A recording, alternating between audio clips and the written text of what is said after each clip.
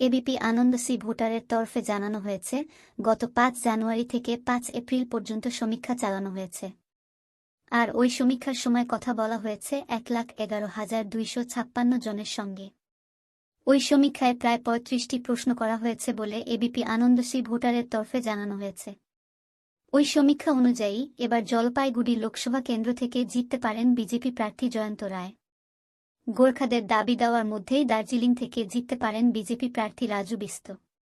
গতবারও ওই দুটি আসনে পদ্মফুল ফুটেছিল। হেরে গিয়েছিল তৃণমূল কংগ্রেস। রায়গঞ্জ থেকে জিততে পারেন বিজেপির কার্তিক পাল। তবে হাড্ডাহাড্ডি লড়াই হবে। ওই সমীক্ষা অনুযায়ী ৩% সুইং হলেই ভোটের ফলাফল পাল্টে যেতে পারে। অন্যদিকে বালুরঘাট থেকে চাপে পড়তে পারেন বঙ্গ বিজেপির সভাপতি সুকান্ত মজুমদার। যদি ৩% ভোট সুইং হয় তাহলে সুকান্তের ভাগ্য পাল্টে যেতে পারে। মালদা উত্তর থেকে জিততে পারেন বিজেপি প্রার্থী খগেন মুর্মু। বহরমপুর থেকে ফের জিততে পারেন প্রদেশ কংগ্রেসের সভাপতি অধীর চৌধুরী। তৃণমূল কংগ্রেসের টিকিটে ইউসুফ পাঠান এবং বিজেপির টিকিটে নির্মল সাহা দাঁড়ালেও নিজের গড় থেকে শেষ হাসি হাসতে পারেন তিনি। অন্যদিকে কৃষ্ণনগরের হাড্ডাহাড্ডি লড়াই হতে পারে। ১% ভোট সুইং হলেই ফলাফল পাল্টে যেতে পারে। আপাতত এগিয়ে আছেন তৃণমূলের মহুয়া মৈত্র। ওই সমীক্ষা অনুযায়ী মেদিনীপুর থেকে জিততে পারেন বিজেপি প্রার্থী অগ্নিমিত্রা পাল। হেরে যেতে পারেন তৃণমূল প্রার্থী জুন মালিয়া।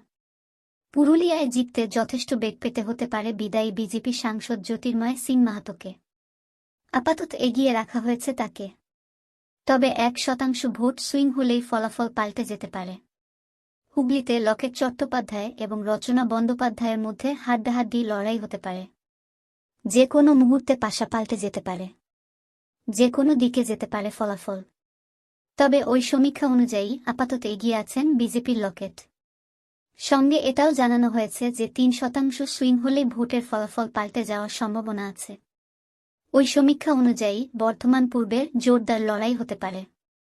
জিততে পারেন তৃণমূলের প্রার্থী শর্মিলা সরকার। তবে ৩% ভোট সুইং হলেই তার ভাগ্য পাল্টে যেতে পারে। বাজিমাত করে ফেলতে পারেন বিজেপি প্রার্থী অসীম সরকার। অন্যদিকে বর্ধমান দুর্গাপুর থেকে জিততে পারেন বিজেপি প্রার্থী দিলীপ ঘোষ। তবে আপাতত খুন একটা স্বস্তিতে নেই তিনি। ১% ভোট ওদিক এদিক হলে ভোটের ফলাফল পাল্টে যেতে পারে। দীর্ঘদিন ধরে জেলে আছেন তৃণমূল নেতা অনুব্রত মণ্ডল। তাকে ছাড়াই এবার বীরভূমে ভোটের লড়াইয়ে নেমেছে রাজ্যের শাসক দল।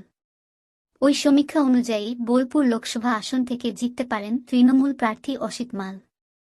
অর্থাৎ অনুব্রতহীন বীরভূমেও তৃণমূল নিজেদের দাপট ধরে রাখতে পারে বলে ওই সমীক্ষায় ইঙ্গিত দেওয়া হয়েছে। সন্দেশখালী ঘটনার আবহে বসিরহাটে এবার হাড্ডাহাড্ডি লড়াই হতে পারে বলে ওই সমীক্ষায় ইঙ্গিত দেওয়া হয়েছে। ওই সমীক্ষা অনুযায়ী আপাতত যা পরিস্থিতি তাতে ১% ভোট সুইং হলেই যে কোনো দিকে ফল যেতে পারে। সেটা বিবেচনা করেই এগিয়ে আছেন তৃণমূল প্রার্থী হাজী নুরুল ইসলাম। কিন্তু যে কোনো খেলা ঘুরিয়ে দিতে পারেন বিজেপি প্রার্থী রেখা পাত্র। দমদম থেকে জিততে পারেন তৃণমূল প্রার্থী সৌগত রায়। তবে ১% ভোট সুইং হলেই ফলাফল পাল্টে যেতে পারে। মথুরাপুর থেকে জিততে পারেন তৃণমূল প্রার্থী বাপি হালদার। তবে ৩% ভোট সুইং হলে তাকে সমস্যায় পড়তে হতে পারে।